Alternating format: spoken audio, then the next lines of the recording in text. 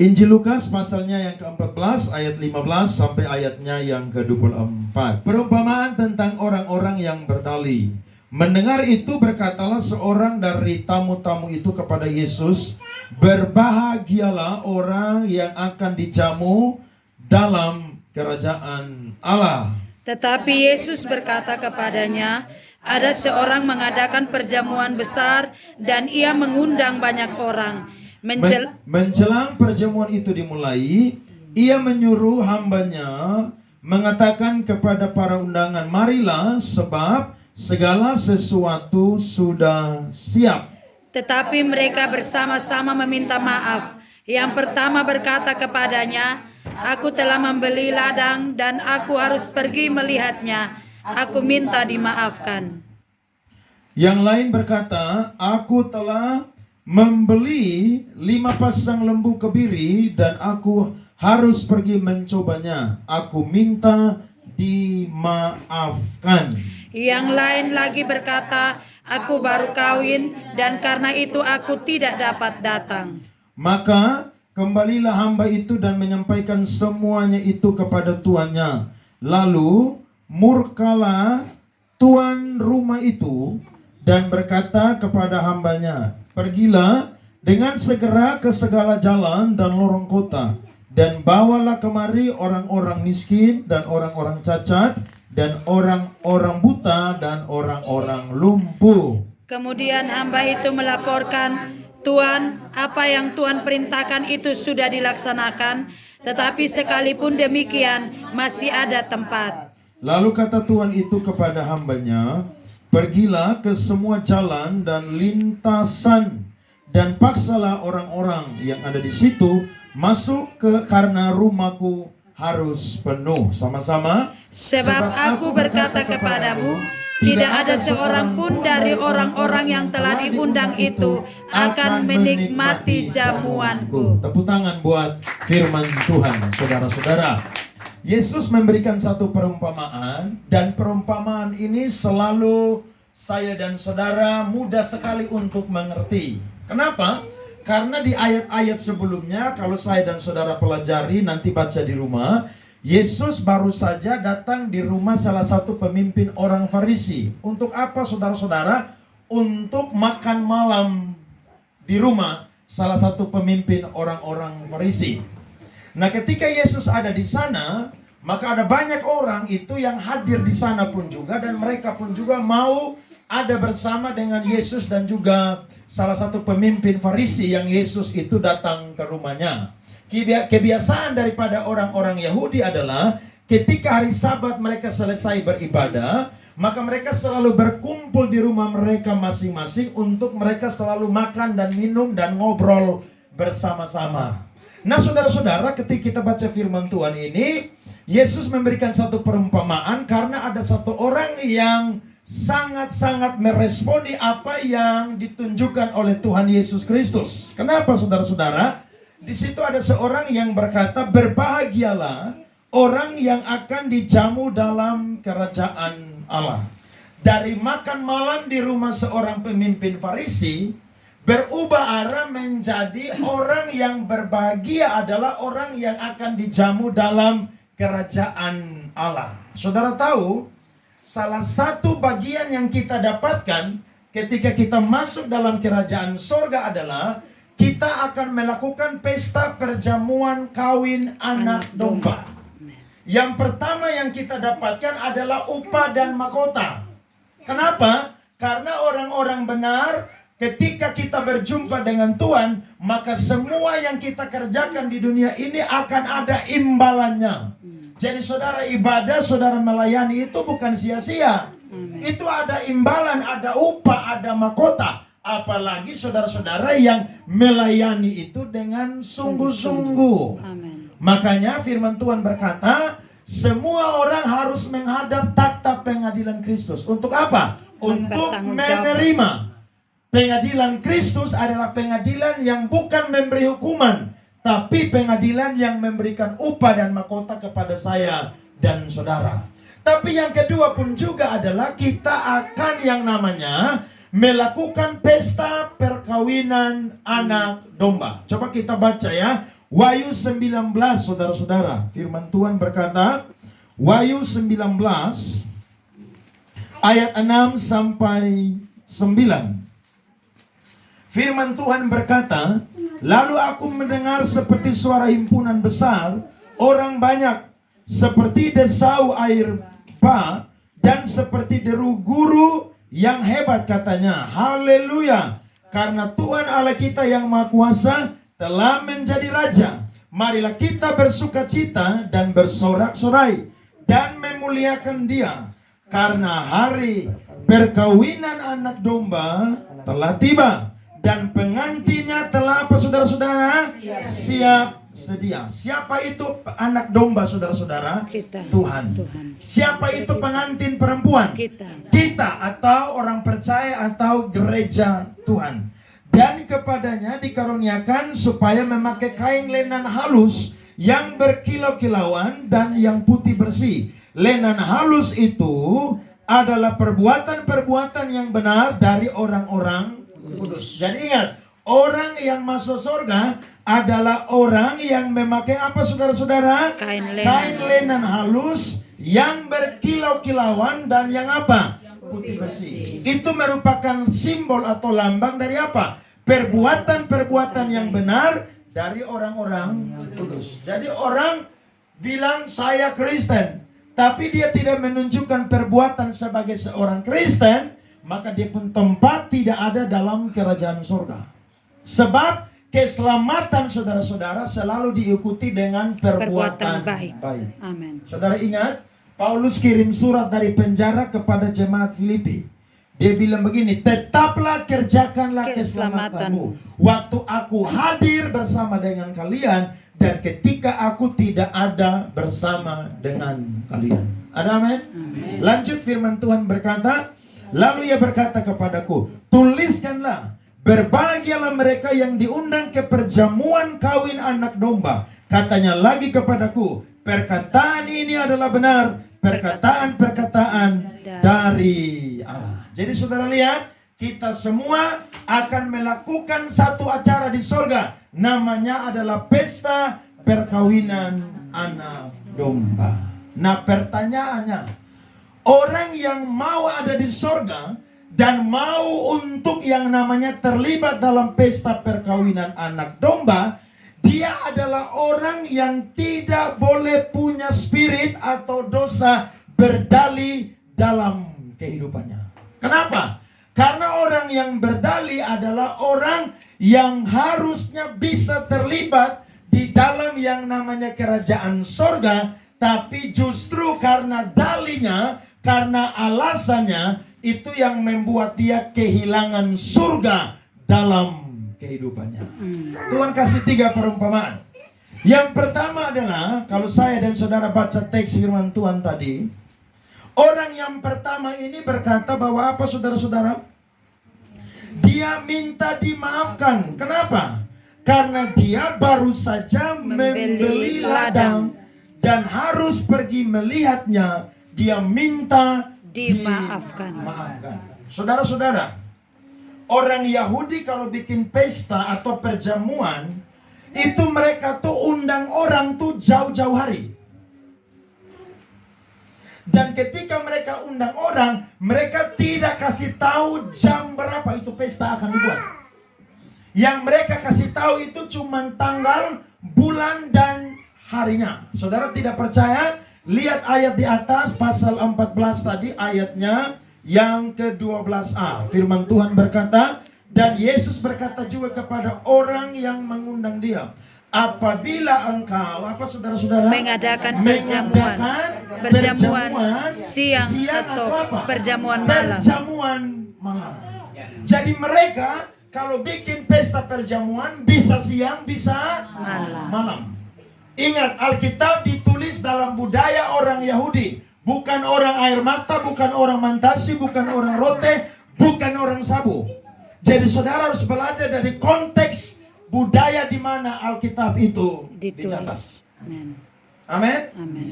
Nah, mereka ketika bikin pesta, sang pemilik pesta ini utus dia punya hamba-hamba untuk undang orang.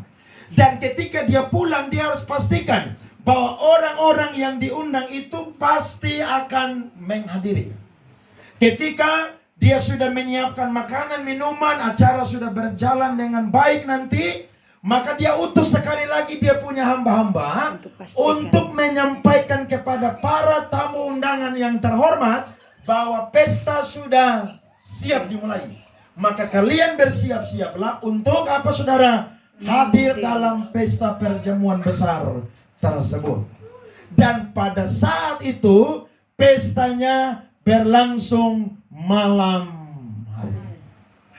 Ternyata orang yang pertama ini dia punya dalih bahwa dia baru saja membeli sebidang tanah. Saya mau tanya saudara, orang kalau beli tanah lihat siang atau malam? Siang. Ada di sini yang saudara beli tanah mau bangun rumah, saudara pilih lihat tanah malam-malam? Tanah Suwangi. Tanah Suwangi. Mungkin saudara punya lampu yang wattnya besar, tapi saya yakin itu kerja gila namanya. Betul saudara-saudara? Nah orang ini saudara harusnya dia bisa, tapi memang dia berdalih saja atau dia punya 1001 macam alasan. Amin. Bukan beda. Ada banyak orang ketika diundang hadir gereja, hadir ibadah, terlibat pelayanan, dia bilang, jamaah rasa, beta sedang sibuk dengan beta urusan. Minggu depan, Nanti aja. Ada lagi yang berkata, beta ini sudah janjian mau olahraga. Ya. Betul ibadah penting, tapi kesehatan juga penting. Jadi udah, minggu ini beta izin ya. Nanti minggu depan atau 2 minggu depan kalau bisa beta akan ibadah. kalau masih hidup. Mari iring Tuhan melayani. Dia bilang, beta nih sibuk kerja. Beta pun karir ini lagi bagus. Jadi ibadah tuh nanti aja.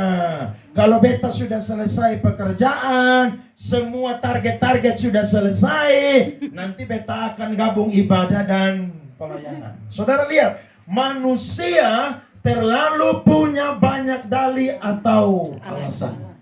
Padahal saudara-saudara, harusnya ketika kita diundang, kita harus sadar bahwa kita adalah orang-orang yang terhormat sehingga dapat Penghargaan. Amin. Kita orang-orang yang dikenal sehingga dapat undangan. Kita orang-orang yang terpilih sehingga dapat undangan. Saudara bikin pesta undang orang tuh sembarang atau kenal orang baru undang? Kenal orang baru undang. Soalnya mungkin saudara undang orang sembarang. Saudara kenal orang, saudara hargai orang itu, baru saudara bilang begini, jangan lupa ya undang bapak itu atau ibu itu. Saudara punya relasi, punya hubungan, mungkin bukan keluarga secara darah atau jasmani, tapi mungkin lewat kenalan pelayanan, teman mungkin kerja, hubungan kerja dan lain sebagainya. Saudara lihat, orang ini harusnya dia bisa mengikuti pesta perjamuan itu. Tapi dia punya alasan pertama, dia mau lihat tanah. Kiranya yang dengar firman ini malam jangan punya alasan seperti orang pertama ini. Ada amin? Amin. Yang kedua alasannya adalah dia baru saja membeli 5 pasang lembu kebiri atau 10 binatang saudara, dan dia ingin coba. Pertanyaannya, dapat di mana orang beli lembu untuk bajak tanah tengah malam? Tidak ada saudara. Betul ya? Ya. Tidak ada itu. Kalau sampai saudara ketemu orang model demikian, kayaknya dia perlu dibawa ke rumah sakit jiwa yang ada di mana saudara? Naimata. Karena dia sedang tidak waras. Orang kalau mau coba lembu, mau bajak tanah itu pagi sampai petang. Kalau udah malam tuh tidak bisa lagi istirahat. Jadi jawabannya adalah orang ini bisa hadir, tapi dia cuman berdalih atau alasan saja tidak mau hadir. Dan orang yang ketiga adalah dia minta maaf, Karena dia baru saja apa saudara-saudara? Menikah. Kawin. Ternyata istrinya menjadi apa? Berhala. Saudara kas tinggal istri sebentar, saya bisa kosonde. Bisa. Wih, lu suka kawin dengan dia tuh lu hidup sampai mati dengan dia. Amin. Kalau pesta tuh paling kan 2-3 jam. Nah masa orang undang lu pesta, ini pesta besar, pesta terhormat. Yang buat ini bukan orang biasa, orang terpandang, orang kaya, orang punya uang. Tapi lu alasan, beta baru kawin. Be yakin, dia pembini justru larang dia pitat, memang dia pemalas atau dia yang alasan. Padahal dalam budaya orang Yahudi itu dicatat dalam Ulangan 24 ayat yang kelima. Mari kita lihat firman Tuhan. Ulangan 24 ayat kelima firman Tuhan berkata, apabila baru saja seseorang mengambil istri, janganlah ia keluar bersama-sama dengan tentara maju berperang atau dibebankan sesuatu pekerjaan. 1 tahun lamanya ia harus dibebaskan untuk keperluan rumah tangganya dan menyukakan hati perempuan yang telah diambilnya menjadi apa? Istrinya. Jadi ketika seorang laki-laki Ibrani, Yahudi, Israel nikah, dia cuti dari kerja 1 tahun. Bayangkan cuti 1 tahun itu lama. Saudara baru nikah cuti berapa hari? 1 minggu. Paling lama 1 minggu. Ketika saudara melahirkan berapa lama? 3 bulan. 3 bulan. Tapi orang Yahudi 1 tahun. Enak ya? Saudara jangan protes, Tuhan kenapa saya tidak jadi orang Yahudi? Kalau saudara jadi orang Yahudi, saudara tiap malam tidur tidak tenang. Karena akan tunggu Palestina dan rekan-rekannya bom saudara malam-malam perang lawan Israel. Di sini kita belajar bahwa ternyata orang yang ketiga ini dia bisa hadir. Tapi ternyata istrinya Menjadi berhala. menjadi berhala buat dia. Saudara-saudara, kadang-kadang sesuatu yang kita dapatkan dalam kehidupan kita itu bisa menjadi penghalang bagi Ya. kita untuk bisa bertemu dengan Tuhan. Tuhan kasih ini ilustrasi saudara, perumpamaan simple, tapi cocok dengan konteks pada waktu itu.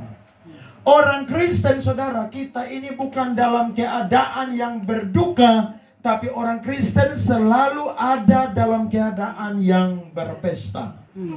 Bahkan ketika orang mati saja Alkitab mencatat, jangan sedih berlebihan. Ya. Sebab orang yang mati di dalam Tuhan, dia memiliki surga dalam kehidupannya. Amin. Apalagi saya dan saudara yang hidup dengan Tuhan, tekun dengan Tuhan, yang masih diberikan nafas hidup oleh Tuhan sampai hari ini.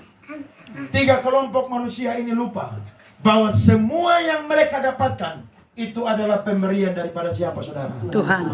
Gara-gara apa yang mereka dapatkan, itu menjadi penghalang bagi mereka untuk bisa hadir dalam pesta yang diperlakukan oleh Tuhan. Saudara, ingat, hal-hal dunia ini kadang-kadang saya dan saudara tidak sadari, itu akan menjadi penghalang saya dan saudara untuk masuk dalam kerajaan surga. Amin. Saudara yang paling tahu penghalang saudara itu apa? Ya. Paling tahu deh. Tuh. Saya yakin semua kita adalah orang-orang yang punya pergumulan masing-masing. Bahkan Paulus berkata kita ini sependeritaan. Betul? Ya. Siapa di sini tidak menderita? Semua kita menderita. Ada yang pergumulan keluarga, ada yang pergumulan keuangan, ada yang pergumulan masa depan, ada yang pergumulan sakit penyakit, dan lain sebagainya. Saudara-saudara, kadang-kadang hal-hal yang kita dapatkan itu menjadi penghalang bagi kita untuk bertemu dengan Tuhan. Tapi saya mau bilang, kalau sampai saudara berdalih seperti 3 orang ini, minta maaf, saya dan saudara akan jadi orang-orang yang tidak bisa hidup bersama dengan Tuhan Amen. di surga. Ada amin? Nah, saya catat saudara ada 2 rahasia. Bagaimana saya dan saudara bisa ada bersama dengan Tuhan ketika kita diundang untuk masuk ke dalam pesta perjamuannya Tuhan. Yang pertama adalah kita harus menjadi orang-orang yang harus memprioritaskan kepentingan Tuhan. Itu menjadi yang paling utama daripada kepentingan dunia yang lain. Amin. Saudara lihat, mereka ini orang-orang yang sudah dapat berkat. Ada yang bisa punya tanah, ada yang bisa beli lembu, ada yang baru diberkati menikah. Harusnya mereka itu mensyukuri berkat-berkat yang sudah Tuhan berikan. Tapi kenyataannya mereka lupa kepada siapa pemberi berkat tersebut. Manusia tuh biasanya tuh begitu. Ketika dia susah, dia ingat siapa? Tuhan. Tuhan. Nanti ketika dia udah senang, dia lupa siapa? Tuhan. Siklus manusia, natur manusia tuh begitu. Kenapa? Karena ketika kita ini lahir, kita bawa dosa asal dalam kehidupan kita. Kita ini lebih tertarik dengan hal-hal dunia. Betul, saudara? Keinginan daging dengan keinginan roh tuh Bertolak belakang. bertolak belakang, berlawanan. Sehingga saudara punya niat untuk ketemu Tuhan, tapi iblis bilang, nanti aja. Kan masih ada besok. Nanti aja.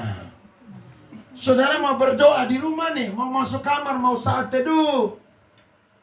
Tiba-tiba iblis bilang begini, nanti aja, film enak nih, film bagus nih, sinetron bagus. Nanti aja. Lu doa tuh sebentar, nanti mau tidur. Betul? Giliran saudara habis nonton film tengah malam, saudara mau doa, tidak bisa lagi. Saudara bilang, Tuhan, terima kasih untuk hari ini. Saya mau tidur, Tuhan jaga saya. Amin. Singkat, padat, jelas. Saudara lihat, kadang-kadang kita ini diajak Tuhan, tapi dalinya banyak sekali.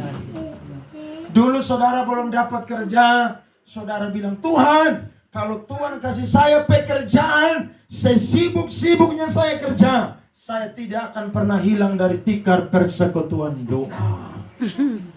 Tapi ketika saudara dapat kerja, saudara mulai dapat jabatan yang bagus, saudara naik posisi, ketua persekutuan doa tanya, kakak, sudah 2-3 minggu sana ada di tikar persekutuan doa. Gimana? Aduh, bapak mama jamara, beta dapat banyak job, banyak berkat, jadi tidak punya waktu untuk apa? Ibadah. Saudara lihat, Tadi malam masih bilang. manusia ketika dapat berkat dari Tuhan, berkat itu menjadi fokus utama dia. Dia lupa bahwa yang menjadi fokus utamanya adalah Tuhan sang pemberi yang berkat. memberi Berkat. Amin. Ada amin? Amin. Saudara belum punya rumah, saudara doa, Tuhan kasih saya tanah, kasih saya rumah. Saya percaya kalau Tuhan kasih saya tanah dan saya rumah, saya janji saya akan pakai rumah saya, bahkan saya akan lebih rajin lagi ibadah dan melayani. Doa saudara Tuhan jawab. Tapi ketika saudara punya rumah, saudara lihat kotor sedikit di rumah, tidak bisa. Sampai lupa ibadah. Loh, ada orang saudara yang memang rumahnya tidak bisa lihat kotor loh. Serius loh. Saya punya mama di rumah, saya punya oma tuh orang yang tidak bisa lihat kotor. Makanya saya kadang-kadang marah. Kenapa? Pasti rumah itu akan kotor karena ada yang tinggal dan ada angin yang masuk tiap hari, jadi pasti kotor. Jadi kalau kotor di situ, kalau sempat ya silakan sapu dan pel. Tapi kalau belum sempat ya kasih tinggal. Tapi ada orang tuh saudara yang memang itu sakitnya tuh tidak bisa lihat kotor. Loh itu ada penyakit, saya lupa namanya apa tuh begitu. Baru-baru kepala sakit terus itu. Ada orang yang sakingnya bersih, ketika dia main ke kos temannya, dia main ke rumah temannya, justru dia akan bersih-bersih di rumah kos atau rumah temannya. Nah, gara-gara itu saudara mulai hilang dari apa? Ibadah. Orang tanya, kenapa tidak datang ibadah? Bapak dan mama Jamara, aduh rumah kotor jadi saya kasih bersih. Saudara tanpa sadar itu jadi berhala buat saya dan saudara. Amin. Kenapa tidak gereja? Aduh, saya cuci pakaian jadi tidak hadir gereja. Loh, saudara kalau mau cuci pakaian pulang gereja baru cuci pakaian. Amin. Cari gereja yang mulai jam 6 pagi. Pulang jam 8 pagi. Saudara cuci sampai jam 9. Jumur. Betul atau tidak? Matahari keluar jam berapa? Ya jam 10, 11, 12, 1. Saya yakin jam 4, 5 sore sudah apa? Kering. Tapi memang lu yang terlalu banyak alasan, terlalu berdalih. Akhirnya apa? Tidak datang ke dalam pesta perjamuannya Tuhan.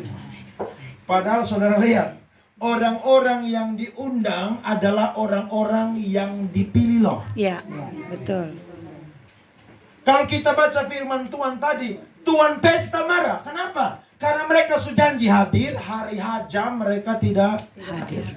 Akhirnya dia suruh dia punya Tuhan hamba-hamba itu apa? Pergi cari orang-orang miskin, Persimpangan. orang-orang buta, orang-orang cacat, orang-orang lumpuh untuk apa? Hadir di pesta. Iya. Kenapa? Karena kalau lu sudah mau terima tawaran untuk ada dalam kerajaan sorga, ingat baik-baik, masih banyak orang yang Tuhan akan panggil untuk ada di sorga. Amin. Amin. Amin. Yesus datang ke dunia, dia tidak pernah bawa satu ajaran apapun, termasuk Kristen. Yang dia bawa adalah kabar keselamatan kepada semua orang. Supaya apa? Setiap orang yang mau percaya kepadanya tidak binasa, melainkan beroleh hidup yang kekal. Amin. Amin. Coba buka Lukas pasal 2 ayatnya yang ke-14.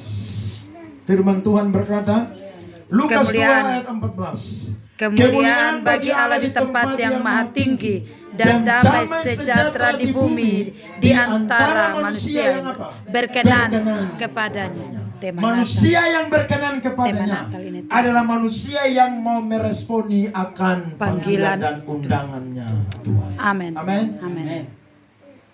Loh, semua orang bisa dengar khotbah loh. Ya. Tapi tidak semua orang mau masuk dalam pestanya Tuhan. Amin. Semua orang bisa dengar firman Tuhan, tapi tidak mau beri dirinya kepada Tuhan. Hati-hati saudara. Jangan sampai Tuhan menjadi prioritas yang kedua dalam kehidupan kita.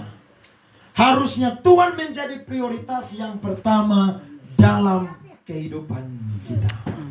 Selama saya dan saudara masih punya waktu, masih ada kesempatan, masih kuat, Yes. masih bernafas saudara-saudara, kita harus jadi orang-orang yang harus memprioritaskan Tuhan dalam Kehidupan. Amin. Yesus pernah kasih satu perumpamaan, dua perumpamaan. Tidak usah baca. Yang pertama, kerajaan surga itu seperti harta yang terpendam. Terpendam. Amin. Ketika orang dapat harta itu, dia pergi menjual segala semua. harta miliknya. Ya. Dan dia pergi untuk apa saudara? Beli. Membeli harta Yang terpendam. Ya. Yang kedua adalah kerajaan surga sama seperti mutiara yang paling berharga. Ketika orang tahu ada mutiara, dia berusaha untuk mendapatkan mutiara itu. Jadi iman Kristen bukan pasif saudara-saudara. Yes. Tapi iman Kristen selalu apa saudara? Aktif. Aktif. Amin. Amin. Ibrani 10 ayat 25 berkata, jangan menjauhkan diri dari apa? Pertemuan ibadah. Pertemuan ibadah Seperti yang yang dibiasakan dibiasakan oleh beberapa orang. Menjelang kedatangan Tuhan yang apa? Kedua Semakin kali. dekat. Amin. Amin. Kalau ada ajakan, ayo ikut. Daud berkata, aku bersuka cita ketika orang berkata kepadaku, mari kita pergi ke rumah Tuhan. Rumah Yes. Tuhan. Amin. Bahkan Daud bilang apa? Satu hari telah ku minta kepada Tuhan. Diam Itulah yang kurindukan. Diam di rumah Tuhan seumur hidupku dan menikmati kebaikan Tuhan. Ada amin? Amin. Jadi kalau ada kesempatan Tuhan undang kita, Jangan tunggu lama-lama. Yes. Amin. Amin. Jangan banyak alasan loh. Ya. Kemarin saya dengar khotbah di TikTok dari satu hamba Tuhan senior, salah satu hamba Tuhan yang sangat buat saya pun juga semangat dalam melayani Tuhan. Dia udah tua, umurnya 74 tahun. Hamba Tuhan itu adalah Pak John Adu, gembala GSCA Perjanjian Baru yang ada di Pasar Impres.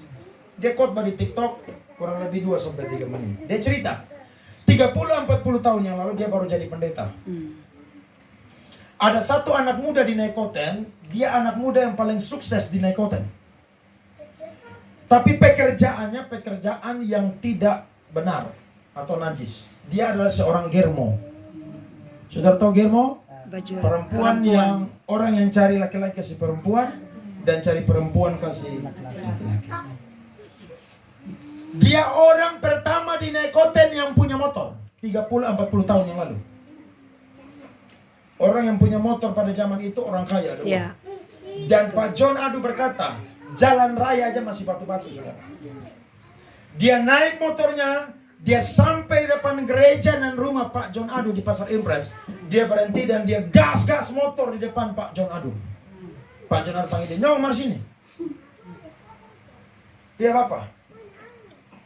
Pak John bilang, "Saya rasa kamu harus bertobat deh." Terus dia berkata, "Bapak, saya lagi happy dengan pekerjaan saya. Saya masih muda. Bertobat tuh nanti saja. Karena pekerjaan saya ini menghasilkan Uang banyak. Bapak lihat sah. Soalnya ada orang naik Nekoten yang punya motor, hanya beta sendiri. Bapak Jamara ya beta pulang. Dia pulang, saudara. Dia sampai di depan gereja Paulus. Waktu itu ada gang deker, anak-anak duduk situ. Dia berhenti motor, dia bilang begini, "Bosan tahu, bes sampai di Om John, aduh pendeta GSCA tuh, Om John bilang, beta harus bertobat." Dia ketawa, saudara, lucu di depan kawan-kawan semua. Rasa aneh. Akhirnya dia angkat motor, saudara, dia gas di Oepura. Pas sampai di kali Oepura yang tanjakan mau pergi gereja Emmanuel, belok kiri Ya. BTN. BTN. Ya. Tiba-tiba dia motor mati di situ. Dan ada satu truk pengangkut batu hutan yang besar, saudara. Turun dari atas siku mana? Remnya blong. Lari naik dia di situ. Mati satu kali dengan motor, ancor-ancor. Langsung orang dengar, saudara. Langsung bertemu dengan Pak John di Gereja. rumah pastor. Pak John langsung pergi ke dia rumah. Pak John berdiri dan Pak John berkata begini, "Kasihan kamu, harusnya apa yang saya ngomong tuh kamu dengar dan ikuti. Karena itu adalah kairos Tuhan dalam hidupmu." Amin. Atau apa? Kesempatan. Waktu kesempatan yang Tuhan beri. Saudara, kesempatan, saudara. Ya. Betul? Ya. Nah, kadang-kadang kita bilang, "Sudah, nanti saya diinfus dulu baru terima Tuhan." Lu tahu kapan lu diinfus? Tadi malam masih bilang ya. Jangan tunggu, saudara. Amin. Amin. Prioritaskan kepentingan Tuhan Di atas. di atas segala. Yes.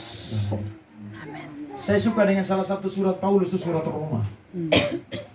Di pasal yang ke-16 dia kirim surat kepada jemaat di Roma. Dia bilang, "Ingatlah orang-orang yang membantu saya dalam pelayanan. Ada Priscilla dan Aquila. Karena hanya melayani Tuhan, mereka mempertaruhkan nyawa mereka." Amin. Amin. Dia berkata, ingatlah kepada siapa? Siapa lagi, saudara? Festus. Persis. Persis. Seorang perempuan yang apa? Membanting tulang dalam pekerjaan Tuhan. Amin. Siapa lagi, saudara? Mari kita lihat Roma 16. Kalau saudara kurang yakin, saya buka ayatnya. Roma pasal 16, saudara. Ya. Firman Tuhan berkata ayat 12 terakhir. Salam kepada Trifena dan Trifosa yang bekerja apa? Membanting tulang dalam pelayanan Tuhan. Salam kepada Persis yang kukasihi, yang telah bekerja membanting tulang apa? Dalam pelayanan Tuhan. Saudara lihat, mereka ini perempuan-perempuan. Tapi kaki di atas, kepala di bawah. Untuk apa? Pekerjaan Tuhan. Jadi orang begini ini akan dikenang, saudara. Betul. Pastikan satu saat kita mati, orang datang melayat, orang bilang begini, ini orang adalah orang yang cinta Tuhan dan setia dengan Tuhan. Amin. Tak usah orang bilang ini orang-orang kaya, ini orang uang banyak, tak usah. Itu tidak kita bawa, saudara. Amin. Tapi yang kita bawa adalah segala perbuatan kita yang menyenangkan hati Tuhan. Amin. Amin. Itu yang pertama. Yang kedua adalah kesempatan untuk menjadi warga surga itu tidak selalu datang Dua kali. Saudara, Alkitab mencatat di ayatnya yang terakhir firman Tuhan berkata, sebab aku berkata kepadamu, tidak ada seorang pun dari orang-orang yang telah diundang itu akan menikmati apa, saudara? Jamuanku. Mereka berpikir nanti pasti Tuhan pesta itu akan bikin pesta yang Kedua kali.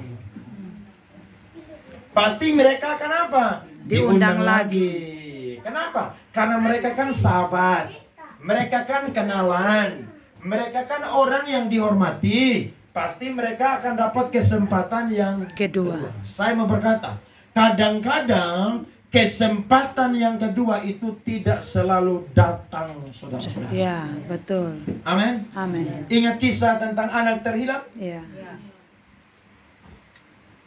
Ketika dia makan makanan babi, di situ baru dia sadar. Di rumah Bapakku berlimpah makanan. Apa yang dia perbuat? Dia tidur di situ? Tidak. Dia kos di situ? Tidak. Dia kembali. Dia kontrak di situ? Tidak. Dia bangun kemah di situ? Tidak. Dia tinggal di situ? Tidak. Tidak. Dia Apa yang kembali. dia buat? Kembali. Pulang. Karena kalau dia tidak pulang, dia akan mati di situ. Nah, itu mencontohkan orang yang dapat kesempatan Kedua. yang kedua. Ya. Dia bilang, kalau saya tidak pulang, saya akan mati. Maka kita mencatat dia bangkit, dia berdiri, Dan dan dia dia pergi. pulang. Amin. Budaya orang Yahudi, tidak pernah seorang bapak itu berlari untuk memeluk anaknya. Tidak ada budaya orang Yahudi. Tapi justru kisah itu bukan menunjukkan dosa besar daripada anak terhilang itu, tapi justru menunjukkan kasih yang begitu besar daripada Sang Bapa. Amin. Amin. Amin. Bapaknya lari. Dia pergi, saudara, wangi. Dia pulang babo babi. Bayangin aja. Dia pergi pakai jubah yang terbaik, cincin yang mahal, kasut yang terbaik. Tapi dia pulang, saudara, hilang Compang-camping. semua. Ternyata apa yang dia impikan bukan ada di negeri yang jauh. Yes. Tapi apa yang dia impikan ada Ada di dalam dia rumah. sendiri. Amin. Amin. Yes. Makanya dia ambil keputusan, dia harus apa? Kembali. Kembali. Tuhan tidak pernah menolak orang yang mau kembali datang Ya. kepada Tuhan. Amin. Amin. Kalau saya dan saudara dapat kesempatan, jangan buang kesempatan itu. Saya yakin di hari Natal ini, di bulan Desember ini ada banyak orang yang akan kembali kepada Tuhan. Tapi kalau sudah kembali kepada Tuhan, jangan kembali lu pergi dari Tuhan di bulan Januari sampai Desember lagi. Maret. Nah, kesempatan yang kedua tidak selalu datang kedua kali. Kalau ada kesempatan, beri diri kepada Tuhan. Amin. Amin. Saya ingat 2 tahun yang lalu saya pernah khotbah di Natal Yayasan Dedari. Itu semua perusahaan PT Dedari Group itu Natal bikin di Grand Mutiara. Saya yang diundang khotbah pada waktu itu. Habis saya khotbah, ada 2 anggota DPR Provinsi NTT duduk dengan saya. Mereka berkata, Pak Pendeta masih muda yang khotbah, semangat, bagus, kami diberkati. Lagi makan-makan, ada salah seorang dari anggota DPR tawar saya, Pak Pendeta mau nggak jadi caleg? Saya bilang, minta maaf. Beta nih dulu ada di Jakarta tuh, beta masuk dunia entertain. Artis. Beta kalau mau jadi artis bisa. Mau jadi anak band? Bisa. Semua bisa. Tapi 7 kali Tuhan panggil beta, baru beta hands up dan menyerah. Pulang Kupang mau jadi pendeta. Ada banyak orang yang jadi hamba Tuhan dipanggil dari mungkin nakal, mungkin pengusaha, tapi beta ini dari dunia entertain jadi hamba Tuhan. Beta bilang minta maaf.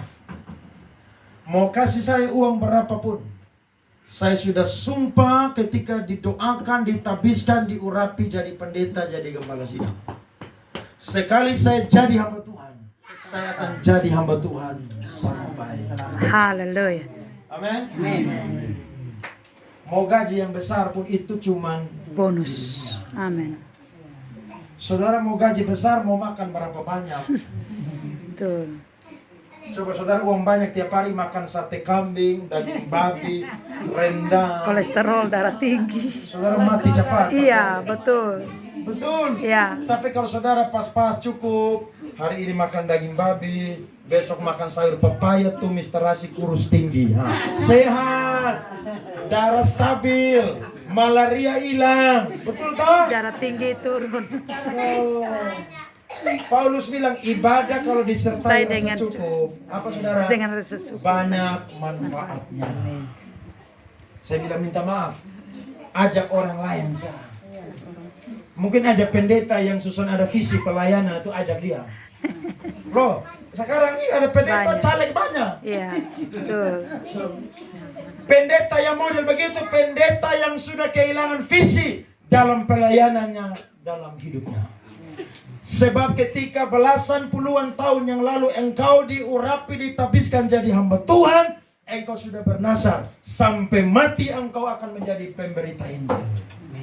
Kenapa tinggalkan pelayanan pemberita Injil dan jadi caleg?